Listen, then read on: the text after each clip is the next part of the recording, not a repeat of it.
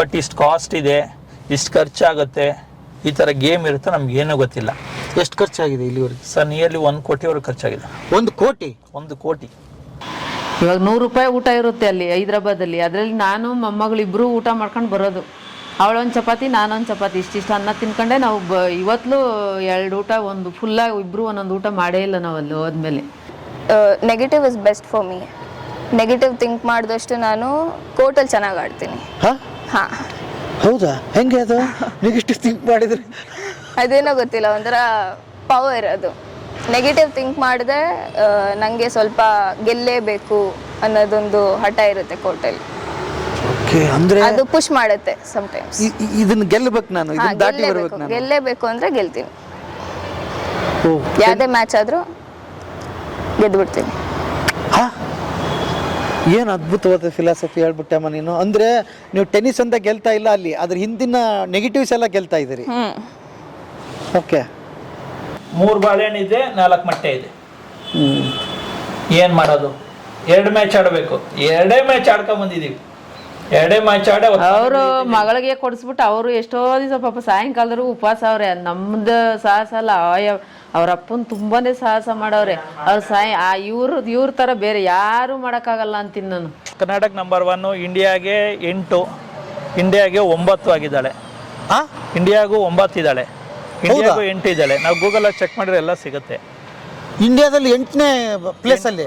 Under 12 8ನೇ ಇದ್ಲು, under 14 9ನೇ ಇದ್ಲು, Karnataka number 1 ಇದ್ಲು. ಅದ್ಭುತ. ಎಲ್ಲ ಗೂಗಲಲ್ಲಿ ಚೆಕ್ ಮಾಡಿ ಮೇಘನಾ ಜಿಡಿ ಅಂತ ಹಾಕಿದ್ರೆ ಎಲ್ಲ ಹಿಸ್ಟ್ರಿನೂ ನಿಮ್ಗೆ ಅಲ್ಲೇ ಸಿಕ್ಬಿಡುತ್ತೆ. ಬರ್ರಿ ಬೀಗ್ರ, ಊಟ ಮಾಡೋಣ. ಬಾಳ್ ಮಂದಾಗ್ಲಿ ತಗೋರಿ. ನಿಮ್ಮ ಬಾಯಾರಿಕೆಯಿಂದ ಹಂಗ ಆಗ್ಲೇವಾ? ಓಕೆ.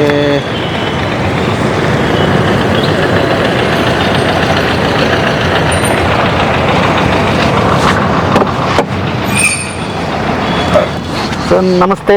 ನಮಸ್ಕಾರ ಸರ್. ಓಕೆ, ತಮ್ಮ ಹೆಸರು ಸರ್? ಸರ್ ಧನಂಜಯ ಅಂತ. ಧನಂಜಯ ಸರ್, ಯಾವ್ರು ಸರ್ ನಿಮ್ಮದು? ನಮ್ಮದು ಇಲ್ಲಿ ಮುದ್ದಿಂಗನಹಳ್ಳಿ ಹತ್ರ ಸರ್, ಗಿಡಂಗನಹಳ್ಳಿ ಅಂತ. ಗಿಡಂಗನಹಳ್ಳಿ ತುಮಕೂರು ತಾಲೂಕು.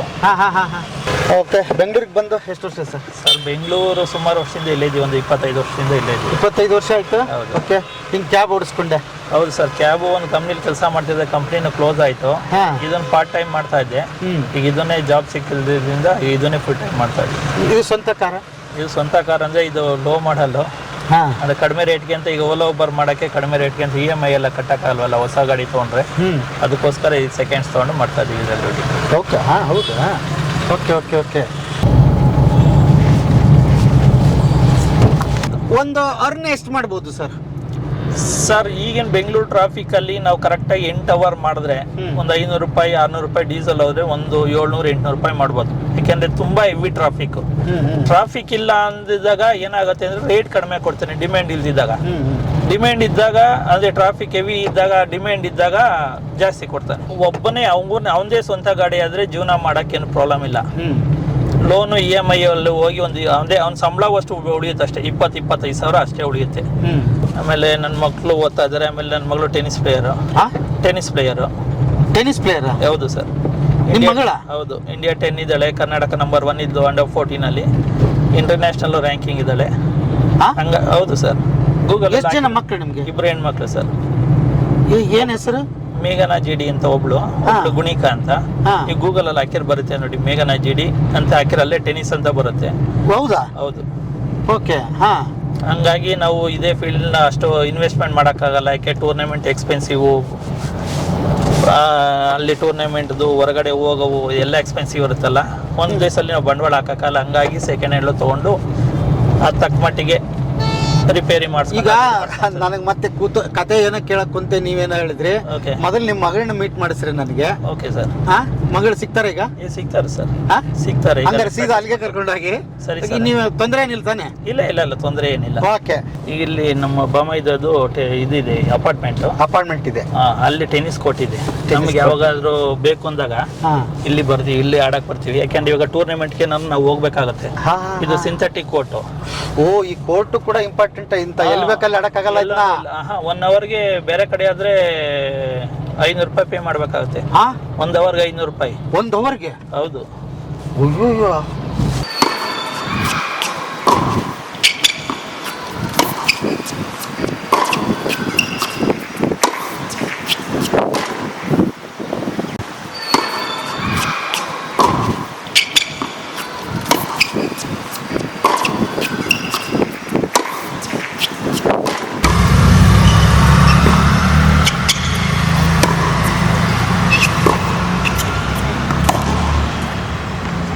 ನಮಸ್ತೆ ಮೇಘನಾ ಅವರೇ, ನಮಸ್ತೆ. ಹೇಗಿದ್ದೀರಿ?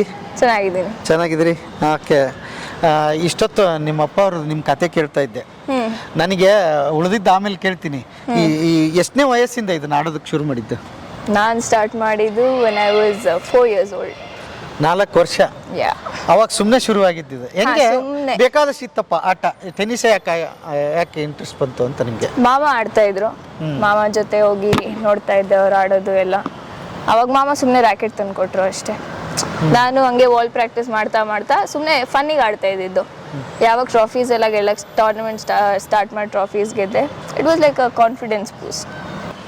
ಮುಂದೆ ವುಮೆನ್ಸ್ ಟೂರ್ನಮೆಂಟ್ಸ್ ಆಡಬೇಕು, ITF ಲೆವೆಲ್, ಅದಾದಮೇಲೆ grand slam is Wimbledon, Australian Open tournaments ಹೋಗ್ಬೇಕು.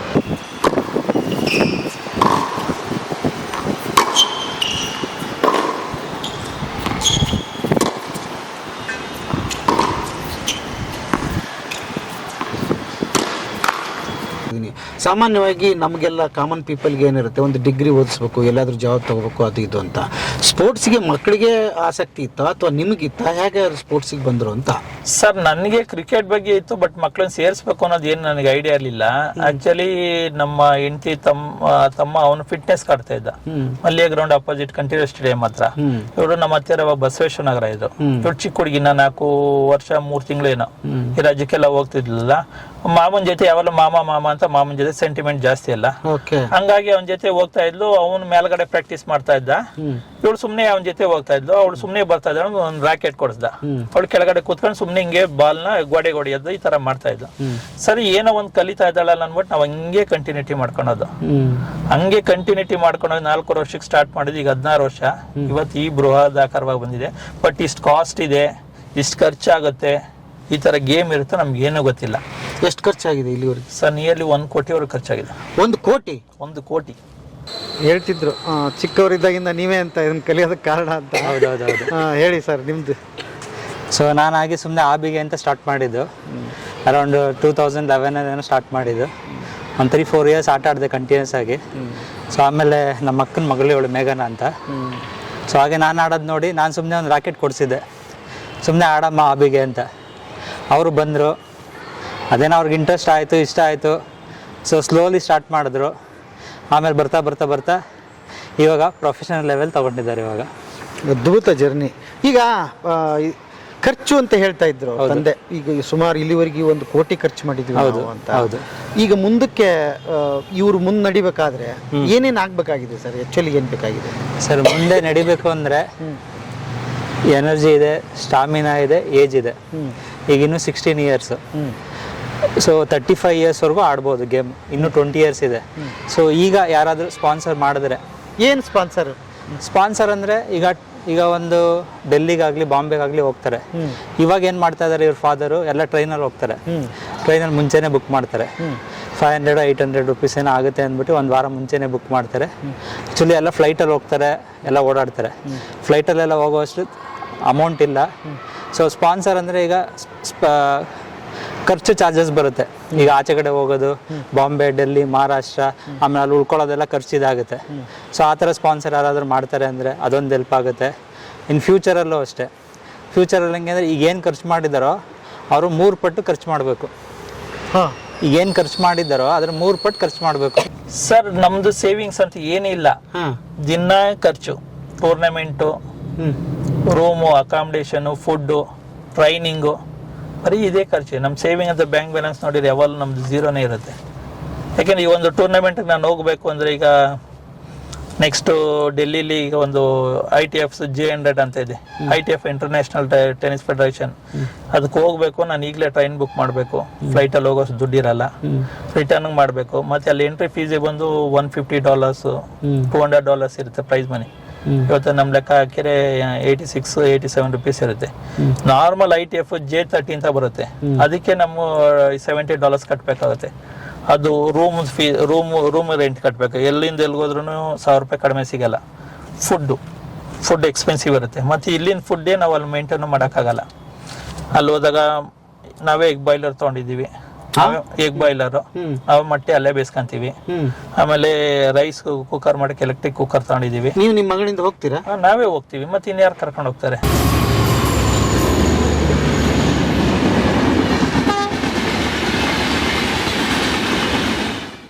ಈಗ ಹೇಳಿ, ಮಗಳು ಅಂತಾರಾಷ್ಟ್ರೀಯ ಮಟ್ಟದಲ್ಲಿ ಮಿಂಚ್ತಾ ಇದ್ದಾರೆ, ಏನ್ ಅನ್ಸುತ್ತೆ? ಖುಷಿ ಆಗುತ್ತೆ. ನಮಗೂ ಸ್ವಲ್ಪ ಸಪೋರ್ಟ್ ಬೇಕು. ಈಗ ಎಷ್ಟಿದೆಯೋ ಅಷ್ಟರಲ್ಲಿ ಮಾಡಿದ್ದೀವಿ, ಇನ್ನು ಮುಂದೆ ಹೋಗೋದಕ್ಕೆ ಸಪೋರ್ಟ್ ಬೇಕು. ಯಾರಾದರೂ ಸಪೋರ್ಟ್ ಮಾಡಂಗಿದ್ರೆ ಯೂಸ್ ಆಗುತ್ತೆ. ಮೊಮ್ಮಗಳ ಆಡೋದು ನೋಡಿದಿರಿ ನೀವು? ನಾವು ಹೈದರಾಬಾದ್ ಕರ್ಕೊಂಡೋಗಿದ್ದೀರಿ? ಅದೇ ನಾವು ಕರ್ಕೊಂಡು ಹೋದ್ರೆ ಅವ್ರ ಗಾಡಿ ಓಡಿಸಿ ಅದ್ರಲ್ಲಿ 1,500 ರೂಪಾಯಿ ನಮಗೆ ಕಳಿಸ್ತಾವ್ರೆ. ಊಟಕ್ಕೆ ನಮ್ಗೆ 100 ರೂಪಾಯಿ ಆದ್ರೂ ಒಂದ್ ದಿವಸ 200 ರೂಪಾಯಿ ಕಳ್ಸವ್ರ. ಅಲ್ಲಿಗೆ 200 ರೂಪಾಯಿ ಕಳಿಸಿ ಅದರಲ್ಲೇ ಊಟ ಮಾಡ್ಕೊಂಡು ನಾವು ಬಸ್ ಚಾರ್ಜ್ ಇಕ್ಕೊಂಡು ಬೇರೆ ಬೇರೆ ಸಿಕಂದ್ರಾಬಾದು ಇಲ್ಲಿಗೆಲ್ಲ ದೂರ ಹೋಗ್ಬೇಕಲ್ಲ. ಅಲ್ಲಿ ರೂಮ್ ಮಾಡಿರೋದಕ್ಕಿಂತ ಇನ್ನೂ ದೂರ ಹೋಗ್ಬೇಕು. ಅಲ್ಲೆಲ್ಲ ಹೋಗಿ ಬಂದು ಆಟ ಆಡ್ಸ್ಕೊಂಡು ಬರ್ಬೇಕು ನಾವು. ಇವಳು ಏನಾದರೂ ಅಕಸ್ಮಾತ್ ರಜೆ ಇದ್ದಾಗ ಇವಳು ಕರ್ಕೊಂಡು ಹೋಗ್ತಾಳೆ. ಇವ್ರು ರಜಾ ಕೊಡಲ್ಲ, ಕಂಪ್ನಿ ಅದು. ಒಂದು ಇದ್ರಲ್ಲಿ ಅಸೋಸಿಯೇಟ್ ಪ್ರಾಜೆಕ್ಟ್. ಅವರು ಇಲ್ಲಿಂದ ಕೋರಮಂಗಲಕ್ಕೆ ಹೋಗ್ತಾರೆ, ಆಡುಗೋಡಿ. ಅವರು ಪ್ರೈವೇಟ್ ಕಂಪ್ನಿ ಕಾಂಟ್ರಾಕ್ಟ್ ಬೇಸಿಸ್. ಮತ್ತೆ ಎಲ್ಲರೂ ಇಬ್ರು ಮಾಡಲಿಲ್ಲ, ಮತ್ತೆ ನಾನು ಒಬ್ಬ ಕೈಯಲ್ಲಿ ಎಲ್ಲಿಂದ ಮ್ಯಾನೇಜ್ ಮಾಡೋಕ್ಕಾಗುತ್ತೆ? ದುಡಿದಿದ್ದು ಮಗಳಿಗೆ ಖರ್ಚು ಮಾಡ್ತಾರೆ. ಇವಾಗ 100 ರೂಪಾಯಿ ಊಟ ಇರುತ್ತೆ ಅಲ್ಲಿ ಹೈದರಾಬಾದಲ್ಲಿ. ಅದರಲ್ಲಿ ನಾನು ಮೊಮ್ಮಗಳು ಇಬ್ರು ಊಟ ಮಾಡ್ಕೊಂಡು ಬರೋದು. ಅವಳೊಂದು ಚಪಾತಿ, ನಾನೊಂದು ಚಪಾತಿ, ಇಷ್ಟಿಷ್ಟು ಅನ್ನ ತಿನ್ಕೊಂಡೆ ನಾವು ಇವತ್ತು 2 ಊಟ, ಒಂದು ಫುಲ್ಲಾಗಿ ಇಬ್ರು ಒಂದೊಂದು ಊಟ ಮಾಡೇ ಇಲ್ಲ ನಾವು.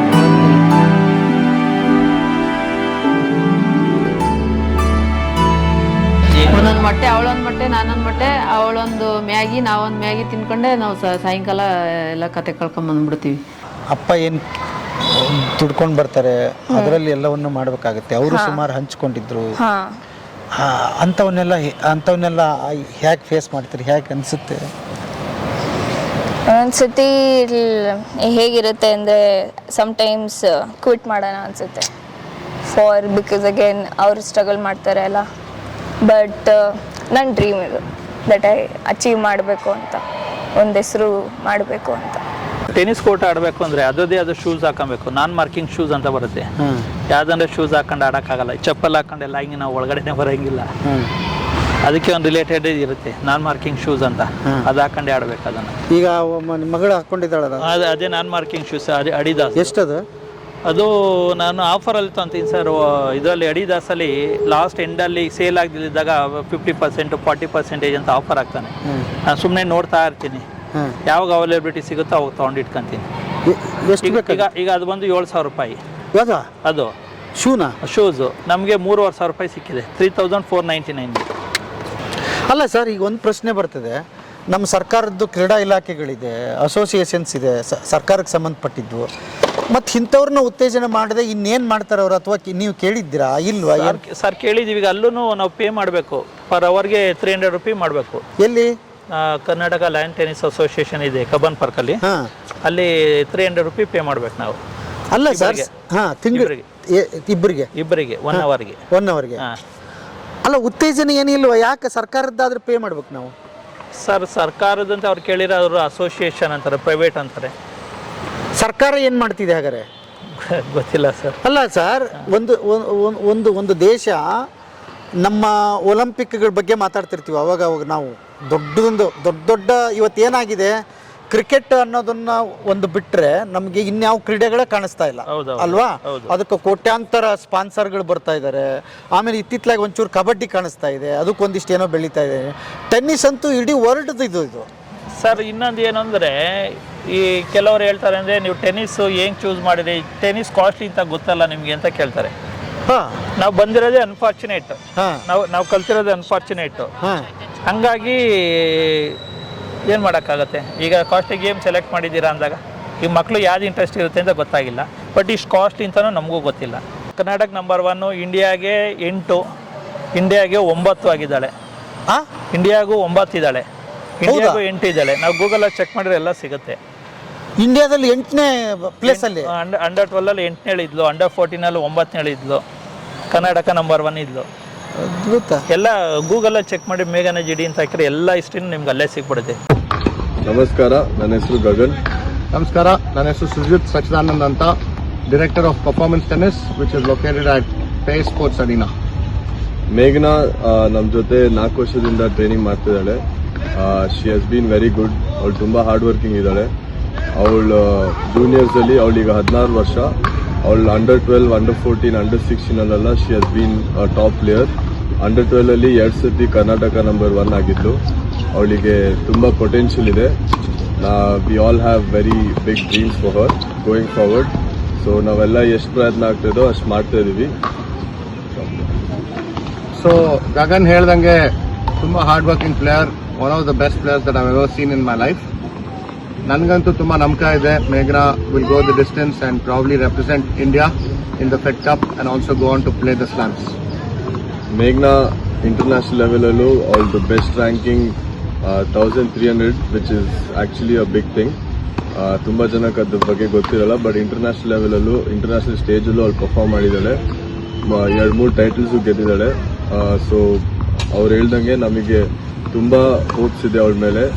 ಆ್ಯಂಡ್ ನಾವೆಲ್ಲ ಪ್ರಯತ್ನ ಮಾಡಿ ಅವಳು ಇಂಡಿಯನ್ ಹೆಸರನ್ನ ದೇಶದಲ್ಲಿ ಒಳ್ಳೆ ಹೆಸರು ತರಂಗೆ ನಾವು ಪ್ರಯತ್ನ ಮಾಡಿ ನಾವು ಏನು ಬೇಕೋ we will go the distance. Thank you. ಇದೇ ಹುಡುಗಿ ಏನಾದರೂ ಅಮೇರಿಕದಲ್ಲಿ ಹುಟ್ಟಿದ್ರೆ A to Z US ಗೌರ್ಮೆಂಟೇ ನೋಡ್ಕೊತಾ ಇತ್ತು. ಏನಕ್ಕೆ ಅಂದರೆ ಅಲ್ಲಿ ಎಲ್ಲ ಗೇಮ್ಗೂ ಎಂಕರೇಜ್ ಮಾಡ್ತಾರೆ. ನಮ್ದ್ರಲ್ಲಿ ಇಲ್ವಾ? ನಮ್ಮದ್ರಲ್ಲಿಲ್ಲ, ತುಂಬ ಕಷ್ಟ. ಅಯ್ಯೋ, ಯಾಕೆ ಸರ್? ಏನಕ್ಕೆ ಅಂದರೆ ಬರೀ ಕ್ರಿಕೆಟ್ ಅಲ್ಲ, ಅದಕ್ಕೋಸ್ಕರ ಒಂದು ಇಲಾಖೆ ಇದೆ. ಅವ್ರು ಏನು ಮಾಡ್ತಾ ಇದೆ ಮತ್ತೆ? ಏನು ಮಾಡ್ತಾರೆ ಅಂದರೆ ಅವ್ರಿಗೆ ಸ್ವಲ್ಪ ನಾಲೆಜ್ ಕೊರತೆ ಇರ್ಬೋದು. ಹಾಂ, ಕ್ರಿಕೆಟ್ ಅಂದ್ಬಿಟ್ಟು ಅದಕ್ಕೆ ಜಾಸ್ತಿ ಸ್ಪಾನ್ಸರ್ ಮಾಡ್ತಾರೆ ಎಲ್ಲ ಕಡೆನೂ. ನಮ್ಮ ಜನನೂ ಅಷ್ಟೇ ಜಾಸ್ತಿ ಕ್ರಿಕೆಟೇ ನೋಡ್ತಾರೆ. ಟೆನ್ನಿಸು ನೋಡೋದು ಕಮ್ಮಿ. ಟೆನ್ನಿಸು ನೋಡಿದ್ರೆ ಅವ್ರಿಗೂ ಇದ್ರಲ್ಲಿ ಏನು ಕಷ್ಟ ಇದೆ ಅಂತ ಅವ್ರಿಗೂ ಅರ್ಥ ಆಗುತ್ತೆ. ಸೊ ಟೆನ್ನಿಸು ಒಳ್ಳೆ ಗೇಮ್ ಆ್ಯಕ್ಚುಲಿ ಹೇಳ್ಬೇಕು ಅಂದರೆ.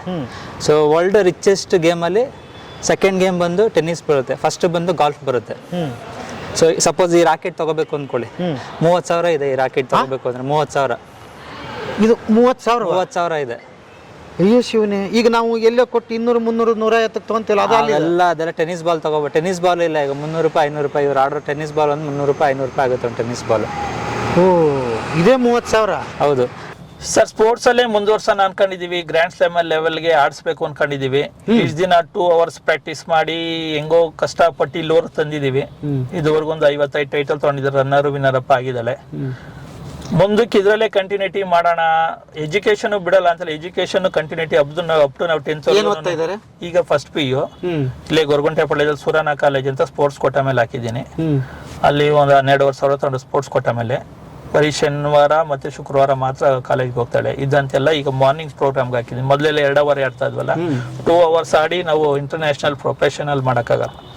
ಫಿಟ್ನೆಸ್ ಬೇಕು, ರೆಸ್ಟ್ ಬೇಕು, ನ್ಯೂಟ್ರಿಷನಿಸ್ಟ್ ಬೇಕು, ಈ ಎಲ್ಲ ಬೇಕಲ್ಲ. ಹಂಗಾಗಿ ಈಗ ಸ್ಪೋರ್ಟ್ಸ್ ಕೋಟಾ ಮೇಲೆ ಹಾಕಿದ್ದೀನಿ. ಅದ್ಭುತ ಕತೆ ನಿಮ್ದು. ಒಟ್ಟು ದುಡ್ದನ್ನೆಲ್ಲ ನೀವು ಮಗಳಿಗೆ ಹಾಕಿದಿರಿ? ಎಲ್ಲ ಅದಕ್ಕೆ ನಮ್ದು ಝೀರೋ. ನಮ್ಗೆ ಯಾವಾಗಲೂ ಬ್ಯಾಂಕ್ ಬ್ಯಾಲೆನ್ಸ್ 0 ಇರುತ್ತೆ. ಈಗ ನಿನ್ನೆ ನಾನು ಡ್ಯೂಟಿಗೆ ಸಾಯಂಕಾಲ 4 ಗಂಟೆಗೆ ಹೋದೆ, ನೈಟ್ ಬಂದಾಗ 1 ಗಂಟೆ. ಅರ್ನಿಂಗು ಎಷ್ಟಾಗಿದೆ? 1,900 ರೂಪಾಯಿ ಆಗಿದೆ. ಡೈಲಿ ಬರೀತೀರ ಲೆಕ್ಕ? ಡೈಲಿ ಎಲ್ಲ ಲೆಕ್ಕ ನಾನು ಬರಿತೀನಿ. ಈ ದುಡ್ಡು ಬಂದಿದ್ದೆಲ್ಲ ಖರ್ಚಾಗಿ ಹೋಗ್ತಾ? ಇಮಿಡಿಯೇಟ್ಲಿ ಖರ್ಚಾಗುತ್ತೆ. ಮತ್ತು ಇವತ್ತಿಗೆ ಸಂಡೇ ಅಂದರೆ ಅವ್ರಿಗೆ ಪ್ರೋಟೀನ್ ಅಂದರೆ ನಾನ್ ವೆಜ್ ಕೊಡಬೇಕು, ಮೊಟ್ಟೆ, ಹಾಲು ಡೈಲಿ 1 ಲೀಟರ್ ಹಾಲು ಬೇಕು. ಅದೆಲ್ಲ ಇರುತ್ತಲ್ಲ ಖರ್ಚು. ಆಮೇಲೆ ಮೇಂಟೆನೆನ್ಸ್ ಕೊಡಬೇಕಾಗುತ್ತೆ. ಏನಾದ್ರು ಒಂದು ಇದ್ದೇ ಇರುತ್ತಲ್ಲ. ಇಲ್ಲ ಮೊಬೈಲ್ ರೀಚಾರ್ಜ್ ಮಾಡ್ಕೊಬೇಕು ನಮ್ಮದು. ಅದೆಲ್ಲ ನಿಮ್ಮ ದುಡಿಮೆ ಎಲ್ಲ ಈಗ ಮಕ್ಕಳು ಇದಾರಲ್ಲ, ಟೆನ್ನಿಸ್ ಆಡ್ತಾ ಇದಾರೆ, ಅವ್ರಿಗೋಸ್ಕರನೇ. ಅದೆಲ್ಲ ನಮ್ಮ ಪರ್ಸನಲ್ ಅಂತ ಏನಿದೆ, ಎಲ್ಲಾನು ಪ್ರತಿಯೊಂದು ಬರೆದಿಟ್ಟಿದ್ದೀನಿ. ಲೆಕ್ಕ ಅಂದ್ರೆ ನಮಗೆ ಸಿಗುತ್ತಲ್ಲ, ಎಷ್ಟು ಡ್ಯೂಟಿ ಮಾಡಿದೀನಿ, ಏನು ಇವತ್ತು ಸಂಪಾದನೆ ಮಾಡಿದೀನಿ. ಹಿಂಗ್ ದುಡ್ದೆ 1 ಕೋಟಿ ಖರ್ಚು ಮಾಡಿದಿರಿ? ಹೌದು. ಟಾಪ್ ಲೆವೆಲ್ಗೆ ಹೋಗ್ಬೇಕು ಅಂತ ಇರುತ್ತಲ್ಲ, ಇನ್ನ ಎಷ್ಟು ವರ್ಷ ಸ್ಟ್ರಗಲ್ ಇದೆ? ಇದು ಲೈಫ್ ಲಾಂಗ್ ಇದು ಹೇಗೆ ಅಂತ? ಸ್ಟ್ರಗಲ್ ಇದ್ದೇ ಇರುತ್ತೆ. ಟಾಪ್ ಲೆವೆಲ್ಗೆ ಹೋಗ್ಬೇಕು ಅಂದ್ರೆ ಇದ್ದೇ ಇರುತ್ತೆ ತುಂಬಾ. ಓಕೆ, ಆಯ್ತು. ಆರ್ಥಿಕವಾಗಿ ಆಯ್ತು, ಮಾನಸಿಕವಾಗಿ ಹೇಗೆ ಗಟ್ಟಿ ಆಗ್ತೀರಿ ನೀವು ಇದಕ್ಕೆ? ಮೆಂಟಲ್ ಸ್ಟೆಬಿಲಿಟಿ ಈಗ ಮಾಡ್ಕೊಂಡು ಪಾಸಿಟಿವ್ ಜಾಸ್ತಿ ಥಿಂಕ್ ಮಾಡ್ತೀನಿ ನೆಗೆಟಿವ್ಗಿಂತ. ಪಾಸಿಟಿವ್ ಒಂದೊಂದ್ಸತಿ negative is best for me. Negative think ಮಾಡಿದಷ್ಟು ನಾನು ಕೋರ್ಟಲ್ಲಿ ಚೆನ್ನಾಗಿ ಆಡ್ತೀನಿ. ಹೌದಾ? ಹೆಂಗೆ ಅದು ನೆಗೆಟಿವ್ ಥಿಂಕ್ ಮಾಡಿದ್ರೆ? ಅದೇನೋ ಗೊತ್ತಿಲ್ಲ, ಒಂಥರ ಪವರ್ ಅದು. ನೆಗೆಟಿವ್ ಥಿಂಕ್ ಮಾಡಿದೆ ನನಗೆ ಸ್ವಲ್ಪ ಗೆಲ್ಲೇಬೇಕು, ಅನ್ನೋದೊಂದು ಹಠ ಇರುತ್ತೆ ಕೋರ್ಟಲ್ಲಿ. ಓಕೆ, ಅಂದ್ರೆ ಅದು ಪುಷ್ ಮಾಡುತ್ತೆ ಸಮಟೈಮ್ಸ್. ಇದನ್ನ ಗೆಲ್ಲಬೇಕು, ನಾನು ಇದನ್ನ ದಾಟಿ ಬರ್ಬೇಕು ನಾನು. ಗೆಲ್ಲೇಬೇಕು ಅಂದ್ರೆ ಗೆಲ್ತೀನಿ. ಓ, ಯಾವುದೇ ಮ್ಯಾಚ್ ಆದ್ರೂ ಗೆದ್ದು ಬಿಡ್ತೀನಿ.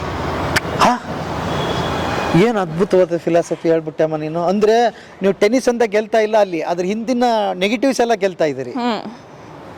ಓಕೆ, ಈ ಹುಡುಗಿ ಏನು 55 ಟ್ರೋಫಿ ಗೆದ್ದಿದ್ದಾರೆ ಅಂತ, 55 ಟ್ರೋಫಿ, 55 ಟ್ರೋಫಿ ಗೆದ್ದಿದ್ದಾರೆ. ಅದು ಕಮ್ಮಿ ನಂಬರ್ ಅಲ್ಲ, ಅದು ಕಮ್ಮಿ ನಂಬರ್ ಅಲ್ಲ, ತುಂಬಾ ಅಚೀವ್ಮೆಂಟ್ ಅದು. ಸೊ ಈ 55 ಅಂದ್ರೆ ಈಗ ಇನ್ನೂ 16 ವರ್ಷ. 55 ಟ್ರೋಫಿ ಅಂದ್ರೆ ಒಂದು ಟ್ರೋಫಿ ಆಡಬೇಕು ಅಂದ್ರೆ ಎಷ್ಟು ಹಾರ್ಡ್ ವರ್ಕ್ ಇರುತ್ತೆ ನೋಡಿ. 55 ಟ್ರೋಫಿಗೆ ಕರ್ಕೊಂಡು ಹೋಗ್ಬೇಕು, ಬರಬೇಕು, ಟ್ರಾವೆಲ್ ಎಕ್ಸ್ಪೆನ್ಸಿವ್, ಆಮೇಲೆ ಅವ್ರ ಫಾದರ್ ಎಲ್ಲ ನೋಡ್ಕೋಬೇಕು. ಇದು ಬೇರೆ, ಹೆಣ್ಣು ಹುಡುಗಿ ಬೇರೆ. ಸೊ ಗಂಡು ಹುಡುಗ ಆದ್ರೆ ಏನ್ ಮಾಡ್ಬೋದು, ಹೋಗಪ್ಪ ನೀನ್ ಎಲ್ಲಿ ಬೇಕಾದ್ರೆ ಆಡಕ್ಕೆ ಬಂದ್ಬಿಡು ಅಂತ ಹೇಳ್ಬೋದು. ಬಟ್ ಹೆಣ್ಣು ಹುಡುಗಿಗೆ ಹಂಗೆ ಆಡಕ್ಕೆ ಆಗಲ್ಲ. ಪೇರೆಂಟ್ಸ್ ಜೊತೆಗೆ ಇರಲೇಬೇಕು. ಒಂದು ಟೂರ್ನಿಮೆಂಟ್ಗೆ ಹೋಗ್ಲಿ, ಆಚೆ ಹೋಗ್ಲಿ, ಪೇರೆಂಟ್ಸ್ ಇದ್ರೆ ಮಾತ್ರನೇ ಕರ್ಕೊಂಡು ಹೋಗಕ್ಕಾಗೋದು, ಇಲ್ಲ ಅಂದ್ರೆ ಆಗಲ್ಲ. ಸೊ ಹಾಗೆ ಗೇಮ್ ಆಗ್ಲೇ ಹೇಳಿದ್ನಲ್ಲ, ಎಲ್ಲರೂ ಆಡಕ್ಕಾಗಲ್ಲ, ಎಲ್ಲರೂ ಕಲಿಯಕ್ಕಾಗಲ್ಲ. ಯಾರು ಹಾರ್ಡ್ ವರ್ಕ್ ಮಾಡ್ತಾರೋ, ಯಾರು ಮೆಂಟಲಿ ಸ್ಟ್ರಾಂಗ್ ಇರ್ತಾರೋ ಅವ್ರು ಮಾತ್ರ ಆಡಕ್ಕಾಗೋದು. ಸುಮ್ಮನೆ ಕಾಟಾಚಾರಕ್ಕೆ ಬಂದು ಗೇಮ್ ಆಡೋಕ್ಕೆ ಆಗಲ್ಲ. ಇದು ಆ ಥರ ಗೇಮ್ ಇದು. ಬಟ್ ಅಷ್ಟು ಕಷ್ಟದಲ್ಲಿ ಅವ್ರ ಅಪ್ಪಾಜಿ ಹೇಳ್ತಿದ್ರು 1 ಕೋಟಿ ಖರ್ಚು ಮಾಡಿದೀವಿ ಇಲ್ಲಿವರೆಗೆ. ಹೌದು, ನಾನು ಮಾಡಿದ್ದೀನಿ, ನನ್ನ ಹಣನೆಲ್ಲ ಇವ್ರಿಗೋಸ್ಕರನ ಖರ್ಚು ಮಾಡಿದ್ದೀನಿ ಅಂತ. ಹೌದು. ಸೊ ನೀವು ಹೇಳ್ತಾ ಇರೋದು ಈಗ ಮುಂದಕ್ಕೆ ಹೋಗ್ಬೇಕು ಅಂದ್ರೆ ಹಣ ಸಹಾಯ ಬೇಕೇ ಬೇಕು, ಇಲ್ಲಾಂದ್ರೆ ಆಗೋದೇ ಇಲ್ಲ.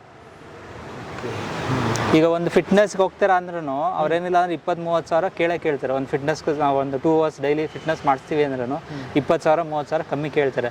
ಸೊ ನಮ್ಮ ಕೈಲಿ ಆಗಲ್ಲ ಅಂದರೆ ಸ್ವಲ್ಪ ಕಮ್ಮಿ ಮಾಡ್ತಾರೆ. ಈಗ ಯಾರು ಫ್ರೀ ಮಾಡೋಕ್ಕಾಗಲ್ಲ. ಈಗ ಇವರೇನೋ ಟೂರ್ನಿಮೆಂಟ್ಗೆ ಹೋಗ್ತಾ ಇದ್ದಾರೆ, ಟೂರ್ನಿಮೆಂಟ್ ಅಂದರೆ ಅಕಾಡೆಮಿಗೆ ಹೋಗ್ತಾ ಇದ್ದಾರೆ, ಅಲ್ಲಿ 50,000 ತೊಗೊತಾ ಇದ್ದಾರೆ. 50,000 ಇವ್ರಿಗೆ ತೊಗೊತಾ ಇಲ್ಲ. ಏನಕ್ಕೆ ಅಂದರೆ ಒಳ್ಳೆ ರ್ಯಾಂಕ್ ಇದೆ, 55 ಟ್ರೋಫಿ ಗೆದ್ದಿದ್ದಾರೆ ಅಂತ ಚಾರ್ಜ್ ಮಾಡ್ತಿಲ್ಲ. ಒಂದು 20,000 ಏನೋ ಪೇ ಮಾಡ್ತಾ ಇದ್ದಾರೆ. ಆ 20,000 ಕೊಡೋಕ್ಕೂ ಆಗ್ತಾ ಇಲ್ಲ ಇವಾಗ. ಸೊ ಎಲ್ಲ ಖರ್ಚಾಗೋಗಿದೆಯಲ್ಲ, ಇನ್ನೆಲ್ಲಿ ಕೊಡೋಕ್ಕಾಗುತ್ತೆ ಹೇಳಿ. ಆಹಾರ ಪದ್ಧತಿ ಏನಿರ್ತಿ ಇವ್ರದ್ದು? ಮೇನ್ ಇಂಪಾರ್ಟೆಂಟ್ ಫುಡ್ಡೇ ಸರ್. ಫುಡ್ಡೇ ಇಂಪಾರ್ಟೆಂಟು. ಈ ಗೇಮ್ ಆಡಬೇಕು ಅಂದರೆ ಫುಡ್ ಮಸ್ಟ್ ಆ್ಯಂಡ್ ಶುಡ್ ಬೇಕೇ ಬೇಕು. ಬಟ್ ನಮ್ಮಲ್ಲಿ ಏನಿದೆ, ಚಿಕನ್ನು, ಮುದ್ದೆ, ತರಕಾರಿ ಏನಿದೆ ಅದು ಮೇಂಟೈನ್ ಮಾಡ್ತಾ ಇದ್ದೀವಿ. ಡೈಲಿ ಪ್ರೋಟೀನು ಅವೆಲ್ಲ ಮೇಂಟೈನ್ ಮಾಡೋದು ಕಷ್ಟ ಆಗುತ್ತೆ. ಡ್ರೈ ಫ್ರೂಟ್ಸು, ಆಮೇಲೆ ಚಿಕನ್ನು, ಮಟನ್ನು ಅವೆಲ್ಲ ತೊಗೋಬೇಕಾಗುತ್ತೆ. ಬಾಡಿ ಸ್ಟ್ರೆಂತ್ ಆಗಬೇಕು, ಗಟ್ಟಿ ಆಗಬೇಕು ಅಂದರೆ ಐಟಮ್ ಎಲ್ಲ ಬೇಕೇ ಬೇಕು. ಈಗೆಲ್ಲ ಆ ಫುಡ್ ಮೇಂಟೈನ್ ಮಾಡೋದು ಕಷ್ಟ ಆಗ್ತಾ ಇದೆ ಸರ್. ಹಾರ್ಡ್ ವರ್ಕ್ ಇದೆ, ಎಲ್ಲ ಇದೆ, ಇಂಟರ್ನ್ಯಾಷನಲ್ ಕ್ವಾಲಿಟೀಸ್ ಎಲ್ಲ ಇದೆ, ಬಟ್ ಮನಿ ಇಲ್ಲ. ಸ್ವಲ್ಪ ಅದೆಲ್ಲ ಏನಾದ್ರು ಸಂಘ ಸಂಸ್ಥೆಗಳು ಅವರು ಇವರು ಸ್ಪಾನ್ಸರ್ ಎಲ್ಲ ಮಾಡಿದ್ರೆ ನಾವು ಮುಂದಿನ ಲೆವೆಲ್ಲಿಗೆ ತೊಗೊಂಡು ಹೋಗ್ಬೋದು. ನಮಗೂ ಗ್ರ್ಯಾಂಡ್ ಸ್ಲಾಮ್ ಮಾಡಬೇಕು ಅನ್ನೋದೆಲ್ಲ ಇದೆ, ಬಟ್ ಮನಿ ಇಂಡಿಯಾದಲ್ಲಿ ಹೆಂಗಾರು ಮ್ಯಾನೇಜ್ ಮಾಡ್ಬೋದು. ನಾವು ಇಂಟರ್ನ್ಯಾಷನಲ್ ಹೊರಗಡೆ ಹೋದಾಗ ಸ್ವಲ್ಪ ಕಷ್ಟನೇ. ಸ್ವಲ್ಪ ಯಾರಾದರೂ ಕಂಪನೀಸು ಅವ್ರು ಇವರು ಸ್ಪಾನ್ಸರ್ ಬಂದು, ನಾನು ಸುಮಾರು ಟ್ರೈ ಮಾಡಿದೆ, ಬಟ್ ಏಜ್ ಚಿಕ್ಕದು ಅಂತಾರೆ, 16 years ಅಂತಾರೆ, 18 ಆದಮೇಲೆ ನೋಡೋಣ ಅಂತಾರೆ. ಯಾಕೆಂದರೆ ಮೋಸ್ಟ್ ಆಫ್ ದ ಜನಗಳು 16 ಆದಮೇಲೆ ಕೆಲವರೆಲ್ಲ ಡ್ರಾಪ್ ಮಾಡ್ತಾರೆ. 16 ವರ್ಷದಲ್ಲಿ ಸ್ಪಾನ್ಸರ್ ಮಾಡಿದ್ರೇ ಒಳ್ಳೇದು. ಏನಕ್ಕೆ ಅಂದರೆ ನೀವು ರೋಜರ್ ಫೆಡರರ್ ಅಂತ ಇದ್ದಾರೆ, ನಂಬರ್ 1 ಪ್ಲೇಯರು, ಈಗ ರಿಟೈರ್ಡ್ ಆಗಿದೆ. ಅವರೆಲ್ಲ 16 ವರ್ಷ 17 ವರ್ಷಕ್ಕೆ ಗ್ರಾಮ್ ಸ್ಲಾಮ್ ಗೆದ್ದಿದ್ದು. ಆಮೇಲೆ ರಫೇಲ್ ನಡಾಲನು ಅಷ್ಟೇ 14 ವರ್ಷ 15 ವರ್ಷಕ್ಕೆ ಅವರು ಮೈನ್ ಟ್ರೋಫಿ ಗೆದ್ದಿರೋದು. ಅದಕ್ಕೋಸ್ಕರ ಅವ್ರಿಗೆ ಕೆರಿಯರ್ ಈಸಿ ಆಗಿರೋದು. 25 ವರ್ಷ 30 ವರ್ಷ ಏನು ಆಡಿದ್ದಾರೆ, ಸೊ ಅವರು ಚಿಕ್ಕ ವಯಸ್ಸಲ್ಲೇ ಗೆದ್ದರೆ ಅವ್ರಿಗೆ ನೆಕ್ಸ್ಟ್ ಎಲ್ಲ ಈಸಿ ಆಗುತ್ತೆ. ಸೊ ಏನು ಮಾಡ್ತಾರೆ, ಅಲ್ಲಿರೋ ಗೌರ್ಮೆಂಟು, ಅಲ್ಲಿರೋ ಜನ ಎಲ್ಲ ಅವ್ರಿಗೇನೋ ನಾಲೆಜ್ ಇದೆ ಟೆನ್ನಿಸಲ್ಲಿ, ಆಮೇಲೆ ಹೆಲ್ಪ್ ಮಾಡ್ತಾರೆ, ಜನ ಎಲ್ಲ ಹೆಲ್ಪ್ ಮಾಡ್ತಾರೆ, ಆಮೇಲೆ ಗೌರ್ಮೆಂಟು ಹೆಲ್ಪ್ ಮಾಡ್ತಾರೆ. ನಮ್ಮಲ್ಲಿ ಸ್ವಲ್ಪ ಟೆನ್ನಿಸ್ ಗೇಮ್ ಅಂದರೆ ನಾಲೆಜ್ ಕಮ್ಮಿ. ಈಗ IPL ಅಂತ ಬರುತ್ತೆ ಇವಾಗ. IPL ಈ ಥರ ಸಪೋಸ್ ಟೆನ್ನಿಸ್ ಗೇಮನ್ನು ಟೆನ್ನಿಸ್ ಲೀಗ್ ಅಂತ ಬಂದ್ರೂ ಇವ್ರಿಗೂ ಹೆಲ್ಪ್ ಆಗುತ್ತೆ, ಬಟ್ ಯಾರು ಮಾಡೋರಿಲ್ಲ. ಸೊ ಅದೇ ಇಲ್ಲಿ ಆಗ್ತಾ ಇರೋ ಪ್ರಾಬ್ಲಮ್ ಇಲ್ಲಿ.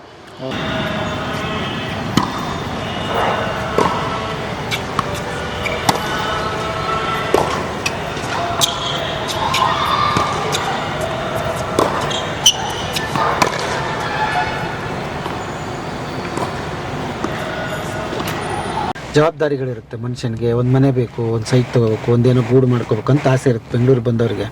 ನೀವು ಇಲ್ಲ ಮಗಳನ್ನ ಟೆನ್ನಿಸ್ ಇದನ್ನು ಮಾಡಬೇಕು ಅಂತ ಒಂದು ಸರ್, ಆಸ್ತಿ ಮಾಡಬೇಕು ಅಂತ ಹೋದರೆ ಮಕ್ಕಳನ್ನ ಏನೂ ಮಾಡೋಕ್ಕಾಗಲ್ಲ ಸರ್. ಈಗ ನಮ್ಮ ಶಿವಕುಮಾರ್ ಸ್ವಾಮೀಜಿಗಳು ಹೇಳಿದಾರಲ್ಲ, ಮಕ್ಕಳನ್ನ ಆಸ್ತಿಯಾಗಿ ಮಾಡಿ, ಮಕ್ಳಿಗೋಸ್ಕರ ಆಸ್ತಿ ಮಾಡಬೇಡಿ ಅಂತ. ಈಗ ಕಲ್ತಿದ್ದಾರೆ, ಪ್ರತಿಭೆ ಇದೆ. ಆ ಪ್ರತಿಭೆ ಇದ್ದಾಗ ನಾನು ಮುಂದುವರ್ಸ್ಕೊಂಡು ಹೋಗ್ಬೇಕೇ ಹೊರತು ನಾನು ಆಸ್ತಿ ಮಾಡ್ಕೊಂಡು ಕೂತ್ಕೊಂಡ್ರೆ ಮಕ್ಳು ಭವಿಷ್ಯ ಏನಾಗುತ್ತೆ? ಮಕ್ಳು ನಂತರನೇ ಆಗ್ತಾರೆ ಅಷ್ಟೇ, ಅವ್ರು ಮುಂದೆ ಲೆವೆಲ್ಗೆ ಹೋಗಲ್ಲ. ಅವ್ರು ಮುಂದೆ ಲೆವೆಲ್ಗೆ ಹೋದಾಗ ಅವ್ರು ಇನ್ನೂ ಅವ್ರ ಮಕ್ಕಳು ಏನೋ ಮಾಡ್ತಾರೆ, ಅವ್ರ ದುಡ್ಡು. ಸರ್, ಈಗೆಲ್ಲ ದುಡ್ಡು, ನೀವು ಎಷ್ಟು ಮುಂದಕ್ಕೆ ಹೋಗಿರ್ತೀರೋ ಅಷ್ಟು ದುಡ್ಡು ಇರುತ್ತೆ. ನಾವೀಗ ನಾನು ಡ್ರೈವಿಂಗ್ ಕೆಲಸ ಮಾಡಿ ನಾನು ಬರೀ PUನೇ ಓದಿದ್ದೀನಿ ಕಂಡಿದ್ದು ನಾನು ಅಷ್ಟೇ ಹೇಳ್ತೀನಿ. ಈಗ ನನ್ನ ಮಗಳು ಏನೋ ಒಂದು ಸ್ಪೋರ್ಟ್ಸಲ್ಲಿ ಮಾಡಿದ್ದಾರೆ. ಎಲ್ಲ ಮಕ್ಕಳು ಸ್ಪೋರ್ಟ್ಸಲ್ಲಿ ಬರೋಕ್ಕಾಗಲ್ಲ, ಕಷ್ಟ. ಡೆಡಿಕೇಶನ್ ಬೇಕು, ಅಷ್ಟೇ ಹಾರ್ಡ್ ವರ್ಕ್ ಇರಬೇಕು, ಅಷ್ಟೇ ಎಜುಕೇಷನ್ ಇರಬೇಕು. ಈಗ ಸ್ಕೂಲ್ ನಾವು ರೆಗ್ಯುಲರ್ ಆಗಿ ಹೋಗೋಕ್ಕಾಗಲ್ಲ, ಎಕ್ಸಾಮ್ಗಳಿಗೊಂದು ಬರೀಬೇಕು. ಈಗ ಮನೆಗಳಲ್ಲಿದ್ದಾಗ ನೋಟ್ಸ್ ಬರೀಬೇಕು, ಎಕ್ಸಾಮ್ ಬರೀಬೇಕು, ಟೆನ್ನಿಸ್ ಆಡಬೇಕು. ಟೆನ್ನಿಸ್ ಆಡೋಕೆ ನಾವು ಹೊರಗಡೆ ಹೋಗ್ಬೇಕಂದ್ರೆ ಇವತ್ತು ಬೆಳಗ್ಗೆ ಮ್ಯಾಚ್ ಇದ್ರೆ ನಾವು ಅವಾಗೆ ಬೆಳಿಗ್ಗೆನೇ ಮ್ಯಾಚ್ಗೆ ಹೋಗೋದು ನಾವು. ಯಾಕೆಂದ್ರೆ ಒನ್ ಡೇ ಬಿಫೋರ್ ಆಗಿ ಹೋದ್ರೆ ಒಂದು ದಿನದ ಹೋಟೆಲ್ದು ಎಕ್ಸ್ಪೆನ್ಸಿವ್ ಇರುತ್ತೆ. 24 hours ಹೋಟೆಲ್ ಕೊಡ್ತಾರೆ. ನಾನು ಒಂದು ದಿನಕ್ಕೆ ಒಂದು 1,000 ರೂಪಾಯಿ ಇಲ್ಲ ನಾನು ಸಂಪಾದನೆ ಮಾಡ್ಬೋದು, ಅಲ್ಲಿ 1,000 ರೂಪಾಯಿ ಕೊಡ್ಬೇಕಾಗತ್ತಲ್ಲ. ಇವತ್ತು ಬೆಳಿಗ್ಗೆ ಮ್ಯಾಚ್ ಇದ್ರೆ ಬೆಳಿಗ್ಗೆ ಇರೋ ಥರನೇ ನಾವು ಅರ್ಲಿ ಮಾರ್ನಿಂಗ್ ಅಲ್ಲಿ ಹೋಗ್ತೀವಿ. ಹೋಗಿ ಡೈರೆಕ್ಟ್ ರೂಮ್ಗೆ ಹೋಗಿ ಸ್ವಲ್ಪ ಫ್ರೆಶ್ ಆಗಿ ರೆಡಿಯಾಗಿ ಡೈರೆಕ್ಟಾಗಿ ಮ್ಯಾಚ್ಗೆ ಹೋಗ್ತೀವಿ. ಅಂದರೆ ಸೇವಿಂಗ್ ಮಾಡಬೇಕಲ್ಲ, ದುಡ್ಡು ಎಲ್ಲಿಂದ ಬರುತ್ತೆ. ಹಂಗಾಗಿ ಕಂಟಿನ್ಯೂಟಿ ಮಾಡ್ಕೊಂಡು ಹೋಗ್ತಾ ಇದೀವಿ ಅಷ್ಟೇ. ಅಲ್ಲಿ ಮುಗಿದ ತಕ್ಷಣ ಇಮಿಡಿಯೇಟ್ಲಿ ಈಗ ನಮ್ಮ ಇಲ್ಲಿ ಸೌತಲ್ಲಿ ಆದರೆ ಬೇಗ ರಿಟರ್ನ್ ಬರ್ಬೋದು. ಟ್ರೈನ್ ಸಿಕ್ಕರೆ ಟ್ರೈನು, ಬಸ್ ಸಿಕ್ಕರೆ ಬಸ್ಸು. ಈ ಕಡೆಯಿಂದ ಹೋಗ್ಬೇಕಾದ್ರೆ ಸುಮಾರು ಟೈಮು ಟ್ರೈನೇ, ಯಾಕೆಂದ್ರೆ 3 months ಬಿಫೋರಾಗೆ ಬುಕ್ ಮಾಡಿಬಿಟ್ಟಿದ್ದೀನಿ. ಆ ಕಡೆಯಿಂದ ಬರೋದು ಗೊತ್ತಾಗಲ್ಲ, ಯಾವಾಗ ಸೋಲ್ತೀವಿ ಅಂತ ಗೊತ್ತಿರಲ್ಲ. ಬಟ್ ಡೆಲ್ಲಿ ಎಲ್ಲ ಹೋದ್ರೆ ನಾನು ಬಿಫೋರಾಗೆ ಆ ಕಡೆಯಿಂದನೇ ಬುಕ್ ಮಾಡಿರ್ತೀನಿ. ಅಂದರೆ ಸೋತ್ರೂ ಅಲ್ಲೇ ಒಂದು 2-3 ದಿನ ಸ್ಟೇ ಮಾಡ್ಕೊಂಡು ಅಲ್ಲಿಂದ ನಾವು ರಿಟರ್ನ್ ಬರ್ತೀವಿ. ಈ ಸೋಲು ಗೆಲುವು ಅಂತ ಮಾತಾಡ್ತಿದ್ರಿ, ಅದಕ್ಕೆ ಈ ಪ್ರಶ್ನೆ. ಹೌದು, ಗೆದ್ದಾಗ ಆಗಿರುತ್ತೆ, ಸೋತಾಗ ಆಗಿರುತ್ತೆ. ಮೆಂಟಲ್ ತುಂಬಾ ಇರ್ತದೆ. ನನಗೆ ಅಲ್ಲಿ ಹೊಡಿಲೇಬೇಕು ಅಂತ ಅವ್ರು ಹೊಡೆದಿರ್ತಾರೆ, ಅಲ್ಲಿ ಜಸ್ಟ್ ಮಿಸ್ ಆಗಿ ಔಟ್ ಹೋಗುತ್ತೆ. ಆಗೊಂದು 2 ನಿಮಿಷ ಫೀಲ್ ಆಗುತ್ತೆ. ತಿರ್ಗಿ ಅಗೇನ್ ನಾಳೆ ನಾಳೆ ನಾಳೆ ನಾಳೆ ನಾಳೆ ನಾಳೆ ಇಲ್ಲ, ಗೆಲ್ಬೇಕು ಅನ್ನೋದೊಂದು ಇದ್ದೇ ಇರುತ್ತೆ. ಸೋತ್ರೆ ಸ್ವಲ್ಪ ಬೇಜಾರಾಗುತ್ತೆ, ಬಟ್ ಮತ್ತೆ ವಾಪಸ್ ಬಂದು ಮತ್ತೆ ಹಾರ್ಡ್ ವರ್ಕ್ ಮಾಡಿ ಪ್ರಿಪೇರ್ ಆಗ್ತೀನಿ ಅಷ್ಟೆ. ಓಕೆ, ಏನು ನಡೆಯುತ್ತೆ ಮಾತುಕತೆ ಆ ಕ್ಷಣದಲ್ಲಿ ಅಪ್ಪನ ಜೊತೆ? ಅಪ್ಪ ಏನಿಲ್ಲ ಹೇಳ್ತಾರೆ, ಇನ್ನು ಚೆನ್ನಾಗಿ ಆಡ್ಬೋದಾಗಿತ್ತು, ಎರರ್ಸ್ ಏನೇನು ಮಾಡಿರ್ತೀನಿ ಅಲ್ಲ ಅದೆಲ್ಲ ಸ್ವಲ್ಪ ಹೈಲೈಟ್ ಮಾಡಿ ಹೇಳ್ತಾರೆ. ಅದಾದ್ಮೇಲೆ ಮೋಟಿವೇಟ್ ಮಾಡ್ತಾರೆ ನೆಕ್ಸ್ಟ್ ಮ್ಯಾಚ್, ನೆಕ್ಸ್ಟ್ ಟೂರ್ನಮೆಂಟ್ ಚೆನ್ನಾಗಿ ಪರ್ಫಾರ್ಮ್ ಮಾಡೋಕ್ಕೆ. ಹೌದಾ?